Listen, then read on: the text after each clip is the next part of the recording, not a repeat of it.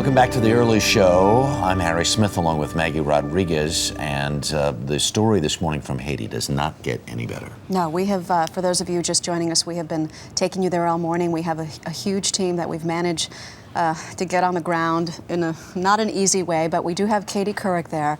We have Jeff Guller as well. They're in the capital of Port-au-Prince, and Katie is standing by now to bring all of you up to date. Katie, good morning again.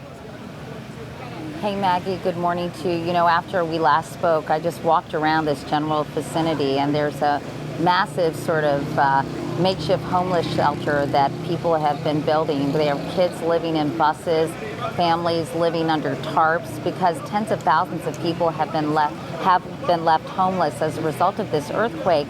And then many people simply don't want to go back to their homes, even if they're intact, because they're so frightened. And that's why I think we saw so many people sleeping on the side of the road last night. Scores of people all lined up with sheets and blankets, and some just in their clothes sleeping. And as I was walking around, I met a gentleman named Frederick Auzate, who joins me now. And Frederick, you live in Silver Spring, Maryland, but you were in Haiti and have been since what, December 18th? December 18th. And you're originally from Haiti, and I'm curious, what has it been like for you to walk around the city and see the state it's currently in?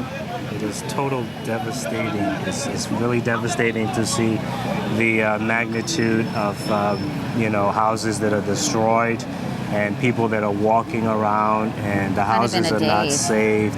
And it's just bodies that are lined up on both sides of the streets, and You mean dead bodies? Dead bodies, body because parts. Because many of the hospitals have been destroyed, and there's no place to take the sick and the dead. Some of the hospitals are overcrowded. I've seen lots of private cars with people who are hurt, but there is no one to help. I have not seen any coordinated efforts in any rescue mission, because the same bodies that I've seen in the streets the day after the incident took place, those same bodies are still there. Well, let me ask you about that, Frederick, because both Harry Smith and I were noting that there's no heavy equipment, no real rescue efforts underway with trained rescue workers, very few police on the street, there's no fire department to speak of. Why aren't there more resources? Actually, we're seeing a UN truck just drive by right now, but why aren't there more resources to help the people here, Frederick? Obviously, this is a poor country. I don't know whether if we are equipped to handle any such devastation. Whether if the whether if the government has any anything in place to deal with such catastrophe. So it's mind-boggling to see that there's no coordinated efforts, and I'm wondering what is going to happen in about 5 to 6 days, because without everyone evacuating the city, refugee camps must be set up so that people will have a place to go, so that they can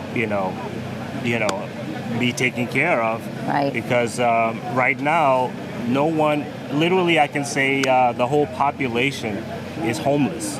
And are you worried about chaos and crime breaking out, riots? Absolutely. I do worry about that, because people will feel that, you have to survive. So once this attitude begins to take hold. And people grow more desperate. Exactly. People grow more desperate, and then God only knows what's going to happen. Yeah. What I would advise is that curfew must be, put in place, so that, after certain hours, people need to be, at home, not wandering around. Or in shelters. Exactly. If their homes have been destroyed. Shelters. Because if people are just wandering around, late at night, Yeah. once the sun is out, God knows, what's going to happen. Well, Frederick Auzate, thanks so much for talking with us. Thank you so appreciate much. it. Safe trip home. When are you heading home? My scheduled flight is for tomorrow morning at 7 o'clock. All right. I have no idea what's going to happen. I just want to say hi to my sister, Linda. I'm okay. Thank God. Thank you, Frederick. Pray for me, pray for everyone else. Thank you so much, Frederick. Thank you. Anyway, I thought Frederick had a compelling story, and I wanted to share it with you all and your viewers this morning. Harry and Maggie. What a sentiment, though, Maggie, this notion, here's a city of some 2 million people, and what Frederick said is now 2 million people are homeless. There are 2 million people 700 miles away from the United States that are homeless, and whatever aid is heading in that direction literally can't get there fast enough.